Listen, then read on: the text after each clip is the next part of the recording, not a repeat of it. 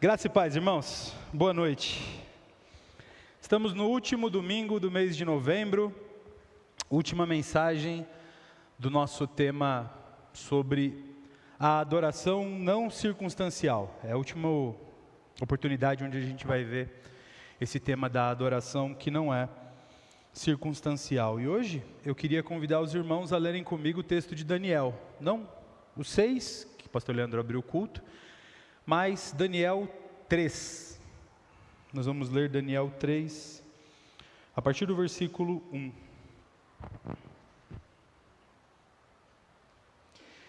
Se vocês me verem olhando muito aqui, é porque a letra está desse tamanho, eu salvei errado, está muito pequeno, está difícil de ler aqui.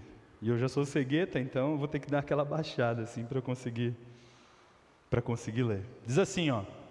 Daniel 3, a partir do versículo 1. O rei Nabucodonosor fez uma imagem de ouro de 60 côvados de altura por 6 côvados de largura e ergueu na planície de Dura, na província da Babilônia. Depois convocou os sátrapas, os prefeitos, os governadores, os conselheiros, os tesoureiros, os juízes, os magistrados e todas as autoridades provinciais para assistirem à dedicação da imagem que mandara erguer. Assim, todos eles, sátrapas, prefeitos, governadores, conselheiros, tesoureiros, juízes, magistrados e todas as autoridades provinciais, se reuniram para a dedicação da imagem que o rei Nabucodonosor mandara erguer, e ficaram em pé diante dela. Então o arauto proclamou em voz alta: esta é a ordem dada a vocês, ó povos, nações e línguas. Quando ouvirem o som da trombeta, do pífaro, da cítara, da harpa, do saltério, da flauta dupla e de toda espécie de música, prostrem-se em terra e adorem a imagem de ouro que o rei Nabucodonosor ergueu. Quem não se prostrar em terra e adorá-la será lançado imediatamente em uma fornalha em chamas. Por isso, logo que ouviram o som da trombeta, do pífaro, da cítara, da harpa, do saltério e de toda espécie de música, os homens de todos os povos, nações e línguas prostraram-se em terra e adoraram a imagem de ouro que o rei Nabucodonosor mandara erguer. Nesse momento, alguns astrólogos se aproximaram e denunciaram os judeus, dizendo ao rei Nabucodonosor: ó rei, vive para sempre.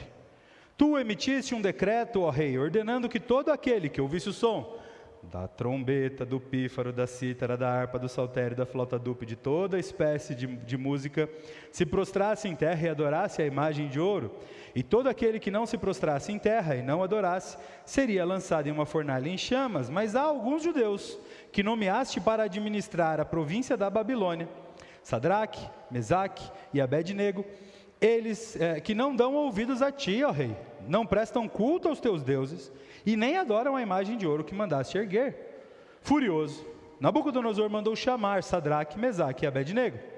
E assim que eles foram trazidos à presença do rei, Nabucodonosor disse: é verdade, Sadraque, Mesaque e Abed-nego, que vocês não prestam culto aos meus deuses, nem adoram a imagem de ouro que eu mandei erguer? Agora, pois, quando vocês ouvirem o som da trombeta, do pífaro, da cítara, da harpa, do saltério, da flauta dupla, de toda espécie de música, vocês se dispuserem a prostrar-se em terra e adorar a imagem que eu fiz, será melhor para vocês três. Mas, se não adorarem, serão lançados imediatamente na fornalha em chamas. E quem é o Deus que poderá livrar vocês das minhas mãos? Sadraque, Mesaque e Abed-nego responderam ao rei: ó Nabucodonosor, não precisamos nos defender diante de ti. Se formos lançados na fornalha em chamas, o Deus a quem servimos pode nos livrar, e ele nos livrará das tuas mãos, ó rei. Mas se ele não nos livrar, sabe, ó rei, que não serviremos aos teus deuses, nem adoraremos imagem de ouro que mande erguer. Nabucodonosor ficou tão furioso com Sadraque, Mesaque e Abed-nego, que o seu semblante mudou. Deu ordens para que a fornalha fosse aquecida 7 vezes mais do que o costume. Vamos parar aqui por enquanto, depois a gente volta para o texto. Fica com ele aberto aí, porque a gente vai visitar ele mais algumas vezes. Interessante que, vocês viram quantas vezes a coisa se repete no texto?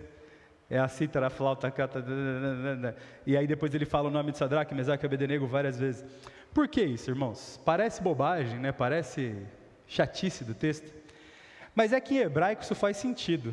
Lembre-se, em hebraico, esse texto foi feito para ele ser decorado, era para saber de cabeça. Então isso em hebraico tem um ritmo que você quase consegue cantar. Ele acontece num formato de poema, em que a coisa se repete, e ela se repete, e ela se repete, e com o tempo você consegue reproduzir todo esse texto aqui sem precisar pensar, vira algo natural reproduzir esse texto, pelo ritmo e pela rima que ele faz. Por isso que o nome deles é repetido todas as vezes, por isso que os instrumentos são repetidos todas as vezes, por isso que a cena parece que ela vai e ela volta, ela vai e ela volta, para que você grave ela, mas isso faz sentido muito mais no hebraico do que em português. Em português não gera ritmo, né? Só fica repetição, e aí para a gente fica um pouco incômodo até repetir tantas vezes os instrumentos e as cenas e etc. Mas o que importa aqui é que a história é a seguinte: se você estivesse lendo a sua Bíblia, em 2 Reis, você ia ver uma sucessão de reis de Judá.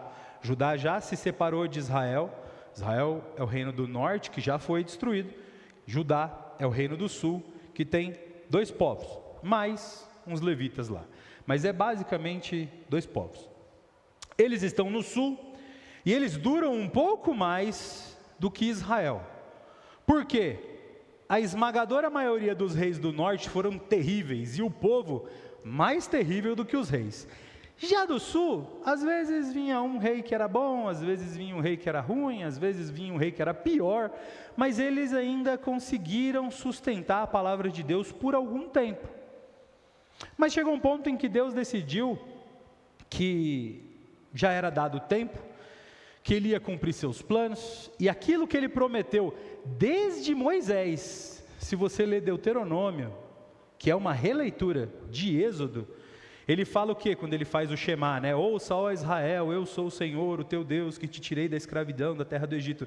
Ele fala, vocês vão ser o meu povo, e eu vou ser o seu Deus, e vocês vão me obedecer, e eu vou abençoar vocês. Mas quando vocês pecarem, ele já estava avisando, vocês vão ser castigados, e vocês vão para o exílio, e lá vocês vão sofrer por tempos e tempos, até que vocês se lembrem do meu nome. Aí eu vou perdoar vocês, e vou trazer vocês de volta, e vou restaurar o povo. Ele estava prometendo isso já fazia muito tempo, e ele cumpriu sobre Israel, ele só não tinha cumprido ainda sobre Judá. Mas chegou o tempo, teve um rei antes do último, do Josias, foi terrível, e aí ele falou que era a hora, e que ele ia então cumprir o propósito dele. E aí se você ler 2 Reis 24, você vai ver essa história acontecendo, que é Nabucodonosor vindo com os exércitos da Babilônia e destruindo Israel. Israel foi destruída, foi atacada, as muralhas foram derrubadas, reis foram mortos, foram trocados um sucessivamente ao outro, e aí o Nabucodonosor começa o plano dele para Judá. Qual era o plano de Nabucodonosor? Os reis daquela época, eles tinham maneiras diferentes de estabelecer seus domínios. Você ia ter reis que iam chegar num lugar e iam matar todo mundo. Pronto. Ele chega, mata todo mundo, a terra fica limpa, ele põe o povo dele vive naquela terra. Isso acontecia. Alguns reis eles eram assim. Eles exterminavam, era domínio por extermínio. Alguns outros reis, você vai ver isso mais para frente, algumas vezes isso vai acontecer, especialmente Roma faz isso, mas Roma é muito específica. Alguns outros reis vão fazer o seguinte, é domínio por governo. Eu coloco um governante lá, meu, uma guarda lá, minha, mas vocês continuam na sua terra produzindo e me pagam impostos. Vocês vão ver isso acontecendo algumas vezes, mais para frente especialmente do texto. Especialmente depois que Judá volta do exílio. Isso vai acontecer algumas vezes. E aí você tem a estratégia de Nabucodonosor. Nabucodonosor, ele não faz dessa maneira, que é estabelecer um governante lá e aí cobrar os impostos, nem é aquele governante que chega e destrói tudo. Nabucodonosor, ele faz domínio por assimilação. O que é o domínio por assimilação? Olha só, eu vou à tua terra, tomo a tua terra e faço você e a tua terra minhas. Nós passamos a ser uma coisa só. Como que eu faço isso? Primeiro passo, se você ler lá em 2 Reis 24, você vai ver isso. Eu entro, destruo e tomo. Segundo passo, eu pego toda a sua elite e levo para a Babilônia. Prefeito, os sábios, os nobres, os sacerdotes, os grandes ricos, as pessoas mais jovens, os professores, os artesãos, os músicos, todo mundo que tem uma profissão minimamente relevante, que é jovem, que é forte, capaz de lutar, treinado, eu ponho numa fila e levo para o meu país. O que sobra no seu país? Os velhos, os fracos e os doentes. E aí você precisa de proteção. Aí eu envio proteção para você, e esse povo que ficou já é meu. Eu escravizo eles oficialmente e eles trabalham na terra para mim. Mas a elite do povo eu levo para a Babilônia. E lá na Babilônia eu começo a trabalhar esse povo. A primeira coisa que acontece, por exemplo, é mudar o nome dessas pessoas. A gente sabe que Daniel chama Daniel porque o nome do livro é Daniel, mas ele é chamado de Beltesazar. É o nome dele. E o Sadraque, o Mesaque e o Abednego? A gente chama eles de Sadraque, Mesaque e Abednego. Vocês sabiam que ele tem outro nome? Muita gente nem sabe o nome desses três. Mas esses nomes são os nomes babilônicos dos três. Os nomes deles são Ananias, Azarias e Misael. Esse é o nome de judeu deles. O nome de verdade deles é esse. Mas eles são chamados por outro nome. Eu começo mudando seu nome. Depois eu começo a mudar a sua língua. Porque dentro dos meus lugares, e dentro do meu povo, e dentro da minha lei, você precisa falar a minha língua para sobreviver. E aí você começa a mudar o seu idioma. Isso acontece tanto que se você lesse o texto de Daniel no original, você ia ver que o capítulo 1 e 2 está em hebraico, o 3, o 4, o 5, o 6 e o 7 está em aramaico, e aí só depois do 7 ele volta para o hebraico. Porque é um período onde ele está contando a história, e a história é pública, portanto ele precisa escrever numa língua que todo mundo compreenda. O hebraico só o judeu entendia, então é só a parte profética que está em hebraico. O resto do texto, ele está em aramaico. Tamanha foi a dominação que aconteceu. Olha só, a gente está falando da dominação do Nabucodonosor, ela funcionou. A gente chama três caras de Sadraque, Mesaque e Abednego, que é o nome que ele deu para os caras, que nem é o nome de verdade deles. Se não funcionasse, isso não teria acontecido. E aí o que acontece? Depois que eu vou lá e eu te dou um nome novo e um idioma novo, eu começo a te dar profissões. Trabalho, afinal de contas eu trouxe a elite. Eu coloco os que sabem lutar na guarda, eu coloco os cabeleireiros num salão, eu coloco os médicos num hospital, eu coloco os professores numa escola, eu coloco os cientistas dentro de um laboratório, e eu começo a colocar as pessoas nos seus lugares para que elas comecem a produzir. Para quem? Para mim. Mas com quem? Com outras pessoas de povos diferentes que estão ali. E cada uma delas tem um idioma, uma cultura, uma lei, uma fé, e elas têm que abrir mão disso para que elas consigam conviver, porque elas estão num ambiente que é dominado por mim. Mas cada um de vocês acredita, pensa, fala coisas diferentes. Para que vocês consigam se entender, vocês têm que ter um denominador comum, que é quem? Eu. O meu idioma, a minha lei, a minha regra, e aí vocês começam a trabalhar. Aí com o tempo, o que eu faço? Eu prospero vocês. Os bons são premiados. Por isso que Sadraque, Mesaque e Abednego e o Beltesazar, já que eu vou falar os três como babilônicos, eu vou falar o nome do Daniel como babilônico também. Se eu for falar o nome deles em hebraico, eu falo de todo mundo em hebraico. Então, eles quatro eram excelentes, e por serem excelentes, se tornaram governantes. Começaram a receber poder e autoridade. Aí você imagina um judeu pobre, mas um judeu soldado, que chegou e que veio para o exílio, e ele vê agora Daniel no poder. Ele fala: poxa, existe um caminho para a prosperidade nessa terra. Essa terra não é tão ruim. E ele começa a aceitar esse novo lugar onde ele vive. Então essa coisa começa a funcionar. Aí eu vou começar a implantar a cultura nesse exilado.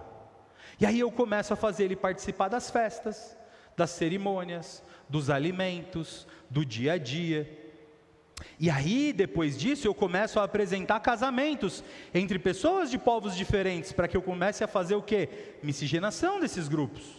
E agora, dentro da sua casa, vai ter uma pessoa que tem uma outra cultura, uma outra língua e uma outra vida, vivendo junto com você. O último passo que eu vou fazer, o mais difícil, o mais complicado e o mais delicado, se eu não tivesse caminhado todo esse caminho com você, seria mudar a sua fé. Mas você já caminhou tanto comigo aqui, a fé já se tornou um acessório. E é isso que Nabucodonosor faz. Lá em Daniel 3, depois que ele teve grandes vitórias militares, ele levanta um monumento. Esse monumento não é uma imagem de um Deus. Se você olhar as traduções, a tradução que eu li está como côvado, mas você vai ter outras traduções que vai falar em metros. Mas é uma estaca de 20 e tantos metros, 30 metros. Tem um número exato aqui.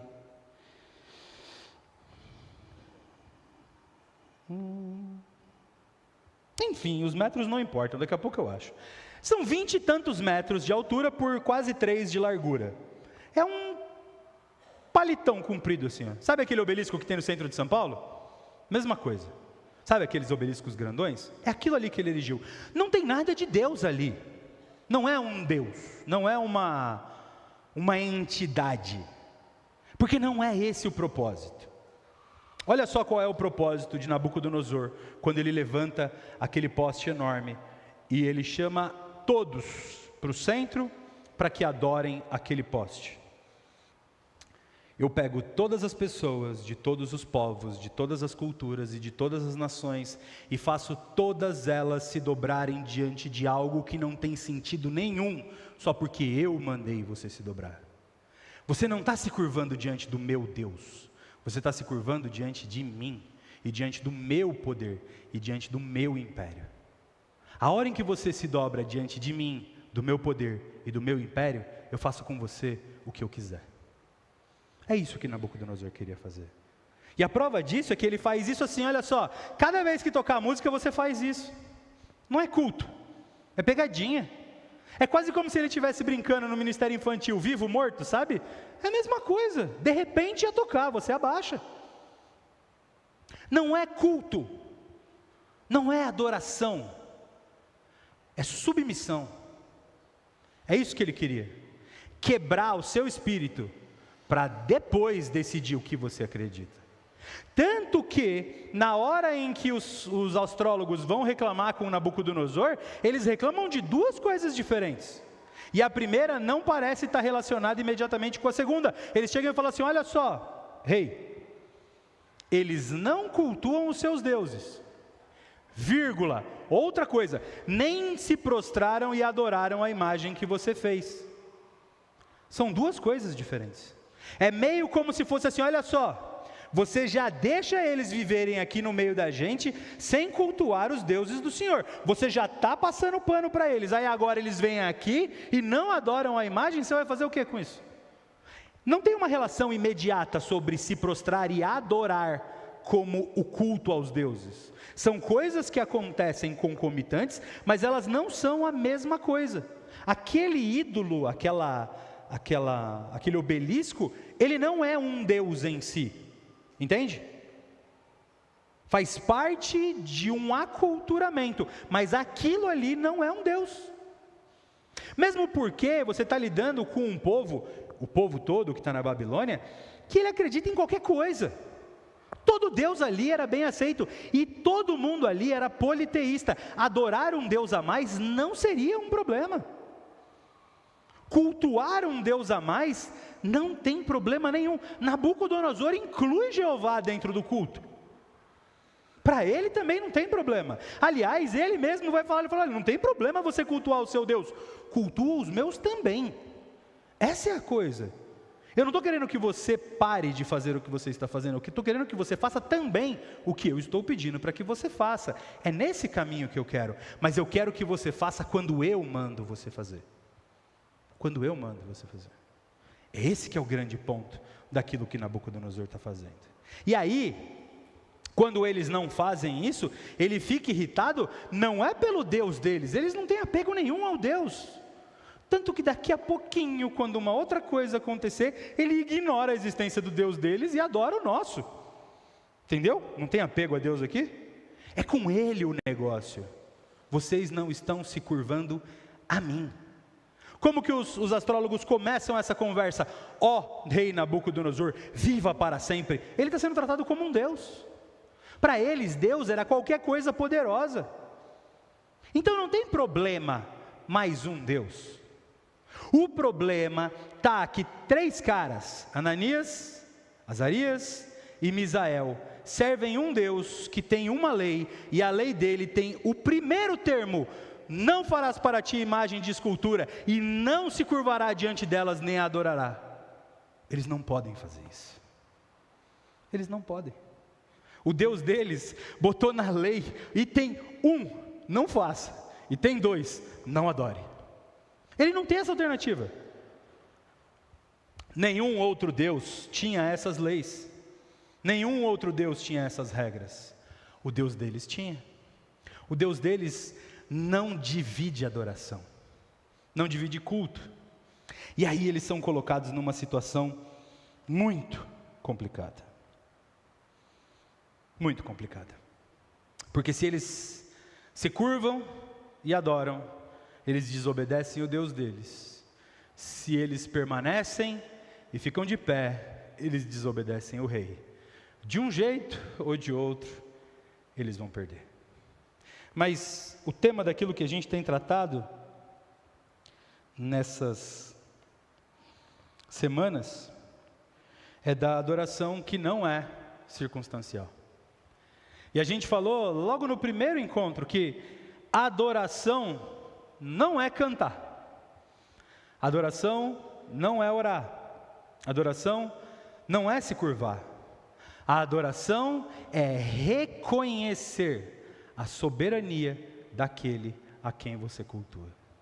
Portanto, se ele se dobra, mesmo que o rei tivesse falado assim: olha só, você pode se curvar, você pode abaixar e orar para o seu Deus, não tem problema. Eles já perderam, porque o Deus dele diz: você não vai se curvar e você não vai adorar. Então eles têm uma situação muito complicada, porque se eles fizerem qualquer coisa naquela direção, eles não adoram o Deus deles. E a única forma que eles têm de adorar o Deus deles é permanecer firmes e sólidos naquilo que eles acreditam. Você consegue traçar um paralelo com a vida de hoje? Porque assim, a gente já falou algumas vezes ao longo desse ano do como nós estamos no exílio da Babilônia. A igreja do Senhor Jesus está numa terra estranha, cativo, preso, esperando por libertação. Nós temos Nabucodonosor no trono. Nós somos os exilados. A grosso modo, é Daniel, é Ananias, é Azarias, é Misael aqui. Deus queira que seja. Tinha judeu prostrado. Você consegue traçar um paralelo com isso daqui? Olha só, como nós vivemos hoje. Você não percebe que você pode ter sua fé, acreditar no Deus que você quiser. Você pode orar para o seu Deus. Baixinho. Aqui é trabalho, aqui não é ambiente para a sua fé, você não vai falar dela. Você pode ter a sua convicção religiosa, mas para você vender, você vai ter que contar essa mentira, meu parceiro. É o que é. Sua fé, você guarda para você, aqui é trabalho. Eu não estou pedindo para você abrir mão do que você acredita, eu estou pedindo para você só fazer do jeito que tem que ser feito, porque aqui é trabalho. Aqui na faculdade a gente não fala dessas coisas, a gente fala de outras coisas. Se você quiser se formar, é só você guardar para você o que você acredita. Eu não quero te impedir de acreditar, só não é o ambiente para você publicar a sua fé aqui. Hoje, nós não podemos falar que algumas coisas são pecado. Não fale. Você pode guardar para você e acreditar no seu íntimo, no público não. Porque no público ofende, no público incomoda. E no público, não pode. Nós somos pessoas de nações e tribos e línguas e povos diferentes convivendo nessa sociedade. Então, para que a gente viva junto, a gente faz como Nabucodonosor pede. A gente se curva diante do que ele pede, mas intimamente você pode continuar adorando seu Deus. É assim ou não é? Se você faz faculdade, você sabe que é. Se você lida com a internet, onde as opiniões são pasteurizadas e todo mundo tem que ter a mesma e você tem uma diferente, você sabe que é. Se você trabalha e você é convocado a fazer coisas que são imorais ou que vão muito na linha tênue entre o certo e o errado, você sabe que você está na Babilônia. E você sabe que Nabucodonosor está dando ordens. E você sabe que o povo está se curvando. Mas você pode guardar para você. Lá no íntimo, continue acreditando assim, mas coma da minha mesa, mude para o nome que eu vou te dar, use as roupas que eu te ofereço, consuma a música que eu te ofereço, assista os programas de TV que eu te ofereço, faça as coisas que eu mando você fazer, se dobre quando você vê os postes ídolos, mas guarda a tua fé para você, não tem problema nenhum. O problema, meu irmão, é que o seu Deus é o mesmo Deus deles, e o seu Deus não aceita que você se dobre e que você adore. Você está diante do poste ídolo de novo, todos os dias, e você precisa fazer a sua escolha. Você vai se dobrar para não arrumar problema com o rei, ou você vai ficar de pé e pagar o preço. O Ananias, o Azarias e o Misael não dobraram.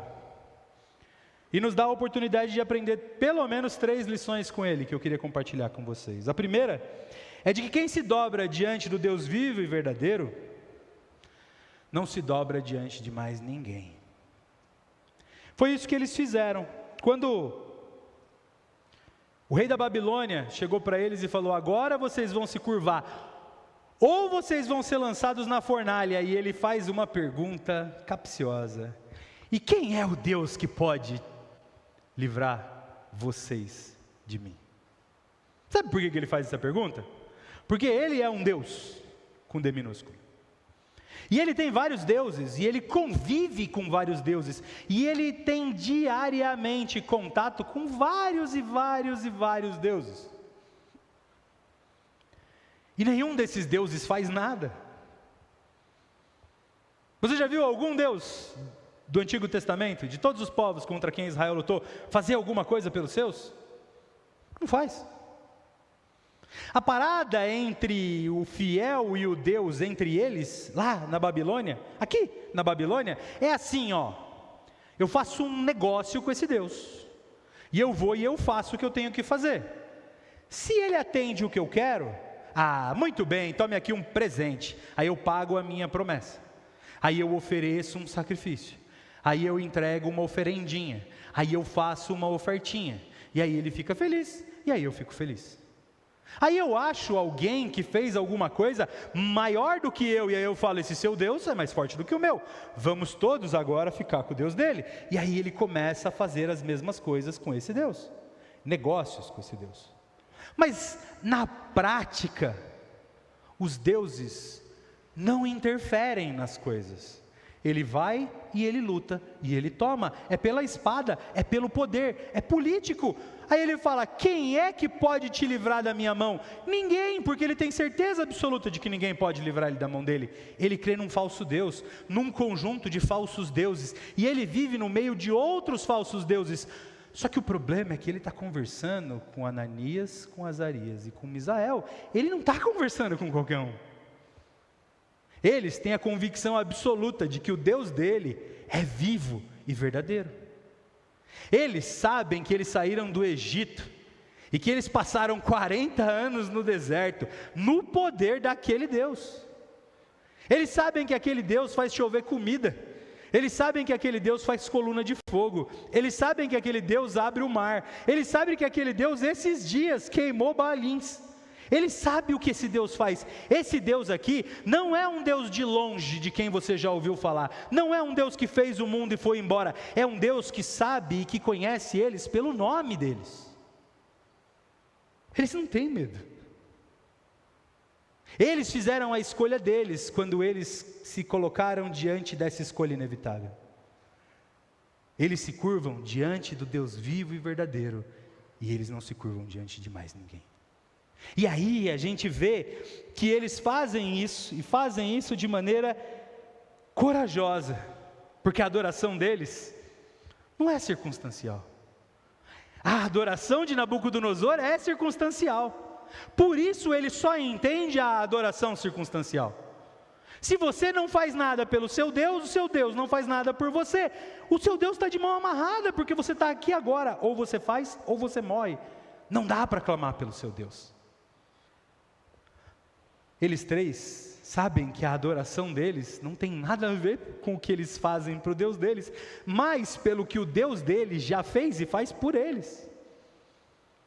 E o que o Deus deles faz e fez por eles, não tem nada a ver com uma relação de troca, tem a ver com o caráter desse Deus. Ele é o que Ele é, e Ele não muda. Portanto, mesmo que eles não tivessem capacidade de fazer nada agora, isso não ia mudar nada, porque o Deus deles sempre é, constante é, e nada vai impedir Ele de agir. E aí eles têm essa postura. E isso nos leva à segunda coisa que a gente pode entender a partir dessa leitura do texto dos jovens da fornalha. É de que confiar no nosso Deus é fundamental para que a gente viva essa vida que não se curva na Babilônia. Porque existem duas maneiras de você viver com o seu Deus. A primeira maneira de você viver com o seu Deus é como Nabucodonosor, por aquilo que eles fazem ou por aquilo que eles podem fazer. Como eu disse, Nabucodonosor trocava o Deus, ou adicionava o Deus, ou procurava um determinado Deus, dependendo daquilo que interessava para ele. A gente vai ver isso muito facilmente quando você vai estudar os gregos e quando você vai estudar os romanos, que é bem mais no futuro, é bem mais desenvolvido, mas é assim, olha, é amor, é filho, então você vai buscar a deusa tal. Ah, é guerra, então é o Deus tal. É fertilidade, então é aquele Deus. Ah, agora é festa, então é aquele outro Deus. E aí você busca aquele Deus por aquilo que ele pode te proporcionar. E aí você chega no balcão desse Deus, e aí você faz um negócio com esse Deus. Te prometo isso, ou te ofereço isso, recebo aquilo em troca.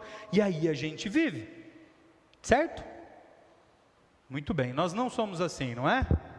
Amém? Ou somos? A gente pode não adorar vários deuses, mas a gente pode tratar o nosso Deus como um ídolo. É tão comum a gente ver alguém chegando e falando assim: ah, mas eu confiei tanto, eu fiz tão direitinho, eu fiz tudo do jeito que Deus queria, e Ele não me deu aquilo que eu queria. É comum. Cuidado, você já pode ter feito isso. Ou você está desanimado. Vai na igreja? Não. Por quê? Fazer o que lá? Vou, faço, vai dar tudo errado. Cansei. Tem ou não tem? Tem ou não tem aquele assim, ó, amanhã eu tenho uma prova, então o que eu vou fazer hoje? Vou na igreja, que amanhã a prova, eu e Deus, ninguém passa, passei já. Amanhã tem concurso. Então eu vou descolar uns cultos de sábado para eu ir, porque o concurso é no domingo, então eu já vou a milhão. Tem ou não tem? Amanhã tem uma entrevista, então hoje eu vou fazer jejum. Você não está negociando com Deus? Você não está trocando com Ele? Ah, Ele me deu minha promoção, meu filho. Vou na igreja, vou agradecer a Deus. 6 meses de trabalho, você não vem na igreja agradecer a Deus pelos 6 meses de trabalho. Você faz no dia que Ele te dá. No dia que Ele te sustenta, não fez mais que obrigação. Nosso negócio é quando acontece. O dia que eu precisar de um aumento, eu vou lá e eu agradeço, e peço. Aí Ele me dá o aumento, aí eu vou e agradeço. Relação de negócio com Deus. Não é com os ídolos. Não, você é servo do Deus vivo e verdadeiro. Mas é adoração e idolatria do mesmo jeito. E estava acontecendo em Israel, porque olha só 3 estavam de pé. Daniel não está nessa cena. Muito provavelmente Daniel não está nessa cena porque Nabucodonosor sabia que ia dar ruim e poupou Daniel. Daniel foi fazer alguma coisa muito longe para não estar ali, porque ele confiava em Daniel, ele gostava de Daniel e ele sabia que o Daniel não ia ter jeito. Então ele já deixou Daniel bem longe dali. Tanto que você vê que está todo mundo lá e Daniel não está lá. Agora, Sadraque, Mesaque e Abednego, ele falou assim, esses 3 aqui talvez eu dobre. Só os 3 estão de pé. Israel está ali, Judá está ali, está cheio de gente ali do povo de Deus, todo mundo dobrado. Entende como a gente pode estar no meio do povo de Deus e estar de joelho? É possível isso. A segunda forma da gente viver, quando a gente lê o texto e a gente vê o exemplo do Ananias, do Azarias e do Misael, é de que você pode viver por aquilo que Deus é, aquilo que Ele é. Eles não vivem pelo que Deus faz, eles vivem pelo que Deus é. A confiança deles no Deus deles é plena, é completa. Olha o texto, vamos voltar do versículo 14 até o versículo 18. Olha como eles confiam no Deus dele. Não existe sombra de dúvida do poder do Deus deles.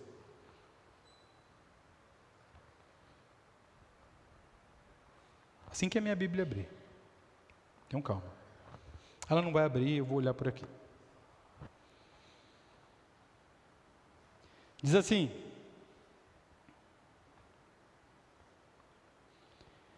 "16. Sadraque, Mesaque e Abednego responderam ao rei: Ó Nabucodonosor, não precisamos nos defender diante de ti. Se formos atirados na fornalha em chamas, o Deus a quem prestamos culto pode nos livrar." E agora vem a confiança, e Ele vai nos livrar. Ponto. Não tem dúvida. Mas vai além, porque não é sobre o que Deus faz, é sobre quem Ele é. Mesmo que Ele não faça, se Ele não nos livrar, saiba, ó rei, que nós não prestaremos culto aos deuses e nem adoraremos a imagem de ouro que mandaste erguer. Você entende? Eu tenho confiança plena no meu Deus, Ele vai me livrar, mas mesmo que Ele não me livre, você não vai me ver adorar o seu Deus. Não é assim que funciona comigo. É entre eu e o meu Deus, e acabou. Ele é o dono da minha vida, Ele é o Senhor da minha vida, é Ele quem conduz a minha vida, e não importam as coisas dessa terra, nada vai me impedir de adorar Ele. A minha adoração não está sobre as circunstâncias, e as circunstâncias incluem ser mandada por uma fornalha, não faz diferença, eu não vou me dobrar. Se você quiser jogar, você vai me jogar, porque não é pelo que Ele faz. Eu sei que Ele pode me livrar, aliás, eu tenho certeza de que Ele vai, mas mesmo que Ele não faça, Ele continua sendo Deus, o meu Deus, e eu não vou aceitar o seu. Essa é a segunda forma que a gente tem de viver as nossas vidas. Quando a gente traz de volta para essa Babilônia aqui, você todos os dias tem essa mesma escolha. Você pode decidir crer no seu Deus no íntimo e adorar Babilônia, fazer como o mundo pede para você fazer, aceitar as pequenas corrupções, aceitar que mudem teu nome, ou aquilo que você veste, ou aquilo que você ouve, ou a forma como você fala, ou a quem você se prostra e reconhece a autoridade. Ou você pode confiar no teu Deus e pagar o preço que tiver que ser pago para viver segundo essa confiança. E aí a gente chega na terceira lição que nós podemos aprender sobre o caminho de Sadraque, Mesaque e Abednego. Eu disse que está bem pequenininho, né? Que eu preciso abaixar para ler.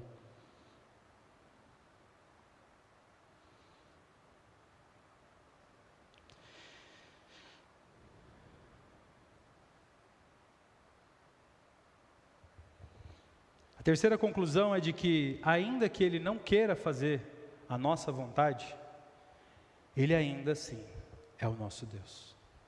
Se você vive uma vida de adoração, que ela é circunstancial, se a vida de adoração que você tem com o seu Deus, ela depende das circunstâncias, quando Ele faz o que você quer, Ele então é o seu Deus, mas quando Ele não faz o que você quer, Ele deixa de ser o seu Deus. Se a adoração que você tem ao seu Deus, ela depende daquilo que Ele te oferece, daquilo que Ele te dá, daquilo que Ele te proporciona, então você está numa situação muito ruim, porque você vai passar um tempo muito complicado, sendo esse que você se diz cristão. Porque se a gente pegar a Babilônia de hoje, ela é o retrato da profecia que o próprio Jesus fez, quando Ele estava conosco. E quando Ele falou, eu não sei se a gente leu junto, mas assim, Ele disse que no mundo nós teríamos o quê? Quando Ele está lá no Sermão do Monte, Ele falando que o mundo ia amar a gente? Não, Ele falou que o mundo ia o quê? Nos odiar. Ele disse que nós seríamos lançados como cordeiros na Disney? Não, né? No matadouro? Pois é. Esse negócio não está parecendo tão bom, né? Mas é isso que foi prometido para a gente. Foi prometido para a gente a angústia e a aflição. E não é porque Ele é malvado e quer jogar isso na gente, mas é porque nós estamos no exílio. Não importa o quão próspero você seja, Daniel era próspero, como o pastor abriu o culto, ele era extremamente próspero e poderoso, ainda assim ele era o quê? Escravo. Nós estamos no exílio, e o exílio é lugar de angústia e aflição, e o Senhor já nos avisou, vai ter angústia e aflição. Agora, se você quer viver com o seu Deus, baseado naquilo que Ele pode te fazer, só que o lugar onde você vive, e o que Ele disse que iria acontecer, é a angústia e a aflição, a sua vida vai ser um constante desespero, porque o tempo todo você vai ser colocado nessa posição, um poste ídolo na sua frente, e você sendo chamado a dobrar e adorar. Todos os dias você vai ser absolutamente tentado a dobrar os seus joelhos. A única forma de você viver no exílio e você viver em paz no exílio é escolher o seu lado. Se você vai se entregar para a Babilônia, se você já se entregou para a Babilônia, viva como Babilônia. Agora, se você vai viver do lado do Senhor, viva do lado do Senhor e pague o preço de viver ao lado do Senhor. Você precisa viver com a sua adoração, o reconhecimento de que Ele é o seu Senhor, de maneira que não é circunstancial. Porque as circunstâncias sempre vão ser desfavoráveis. Olha só, a gente passou por Ana? A condição de Ana era favorável? Não era. Ela era estéril e queria ter um filho, e ela nunca conseguiu, e ela era espizinhada, e ela era agredida, e ela era humilhada. A vida dela não foi fácil. A gente passou por Jó, a vida de Jó foi fácil? Também não. Ele perdeu tudo, absolutamente tudo, até a saúde. Não sobrou nada. A gente passou pela vida de Paulo e Silas. A vida de Paulo e Silas foi fácil? Não foi fácil. Quantos e quantos outros a gente passou? A gente passou pelo Josafá, a gente poderia passar por Abraão, a gente poderia passar por Moisés. Olha só, irmãos, Abraão se lançou no deserto, sem conhecer o caminho, e sem mais nada, baseado numa promessa de um Deus que ele acabou de conhecer. Moisés matou um homem no Egito, foi embora, e ele voltou para o lugar onde ele matou aquele homem, para arrumar a confusão com o faraó, para arrancar 600 mil pessoas e levá-las para o deserto, para viver 400 anos lá. Olha o tamanho da confusão que esse homem arrumou. Josué, ele assumiu o que Moisés começou e levou o povo para a terra prometida, e fez guerra, e dividiu o território, e santificou o povo. Olha Davi, e tudo que Davi viveu. Raabe, e tudo que ela viveu. Ruth, e tudo que ela viveu.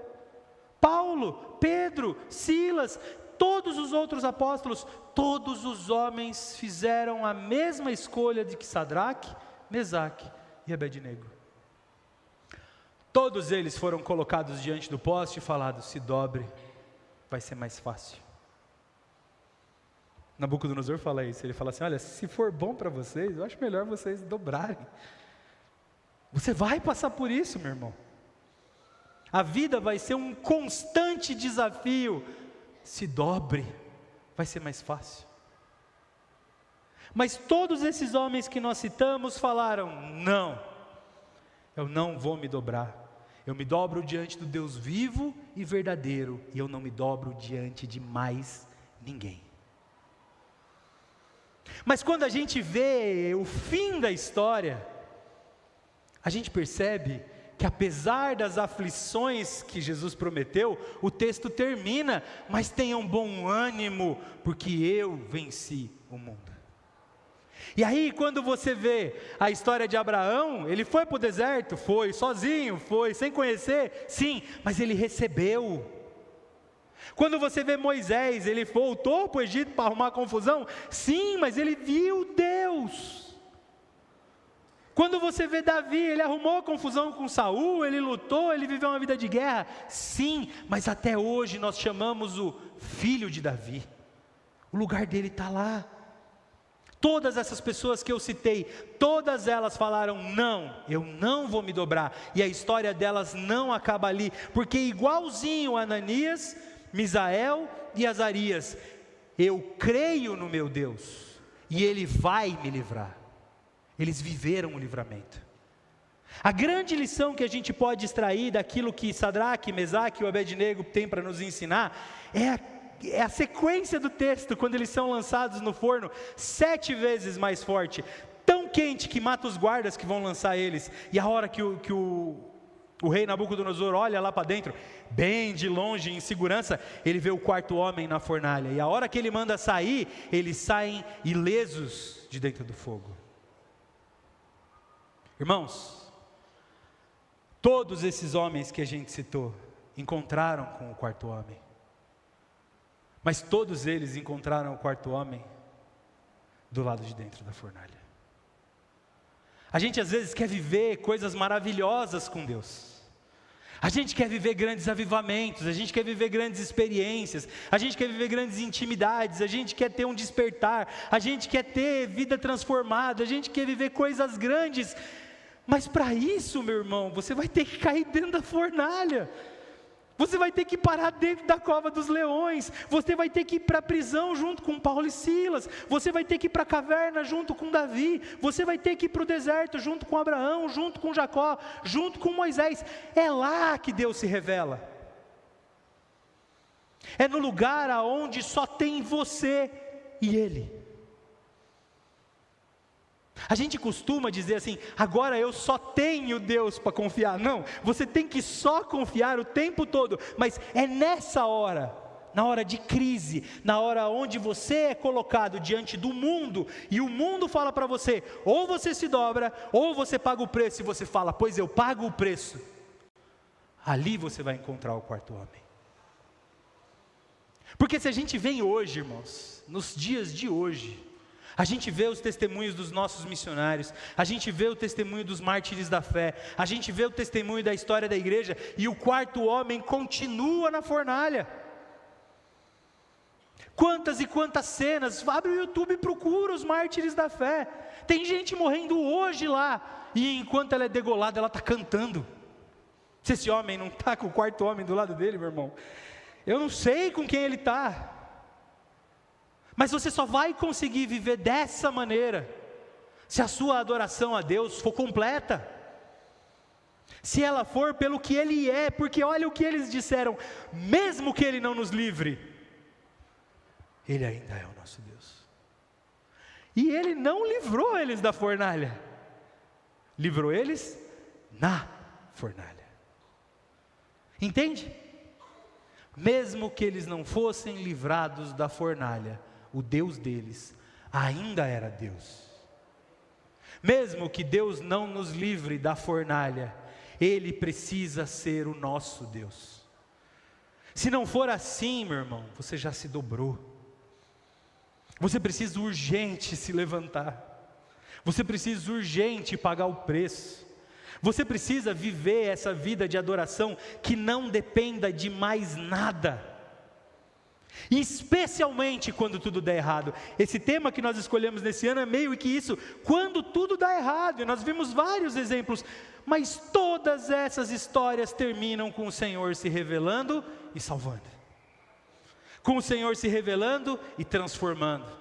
Com o Senhor se revelando e mudando. E mesmo nas cenas em que você vai ler na sua palavra, e nas pessoas que você vai conhecer na vida, e que morrem, lembre-se, nós não temos medo de quem matar a carne, nós tememos aquele que pode matar o espírito. E o nosso Senhor, que é o único que tem poder sobre a vida eterna, Ele já disse: você é meu, e ninguém toma das minhas mãos. Nós somos o povo de Deus, nós fomos salvos, resgatados, comprados, nós estamos seguros. Se tudo der errado nessa vida e você acabar morto pela tua fé, vai em paz, você vai para um lugar onde não existe choro, onde não existe dor, onde não existe sofrimento, não existe derrota para a gente. Por isso que o texto fala que nós somos mais do que vencedores. Nada dessa terra pode nos deter, a gente já venceu.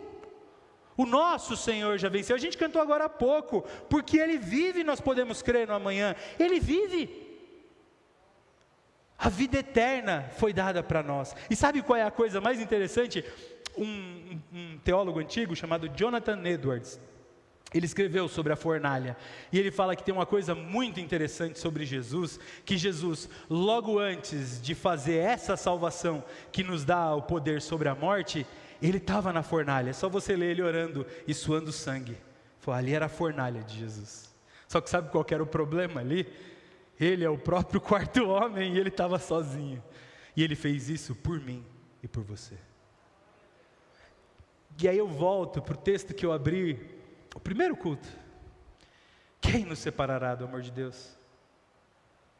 Nem morte, nem vida, nem altura, nem a profundidade, nem anjos, nem demônios, nem presente, nem futuro.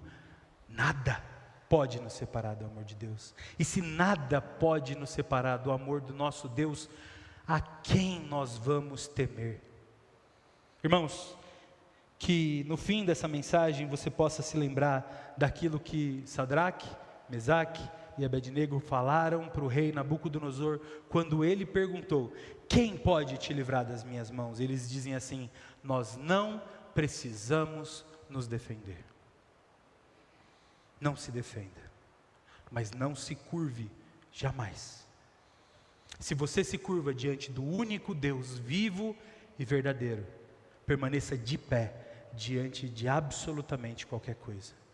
É isso que Deus quer para você. É esse compromisso, é essa adoração verdadeira, é essa vida entregue para Ele, para que você possa viver o extraordinário de Deus na sua vida. Amém?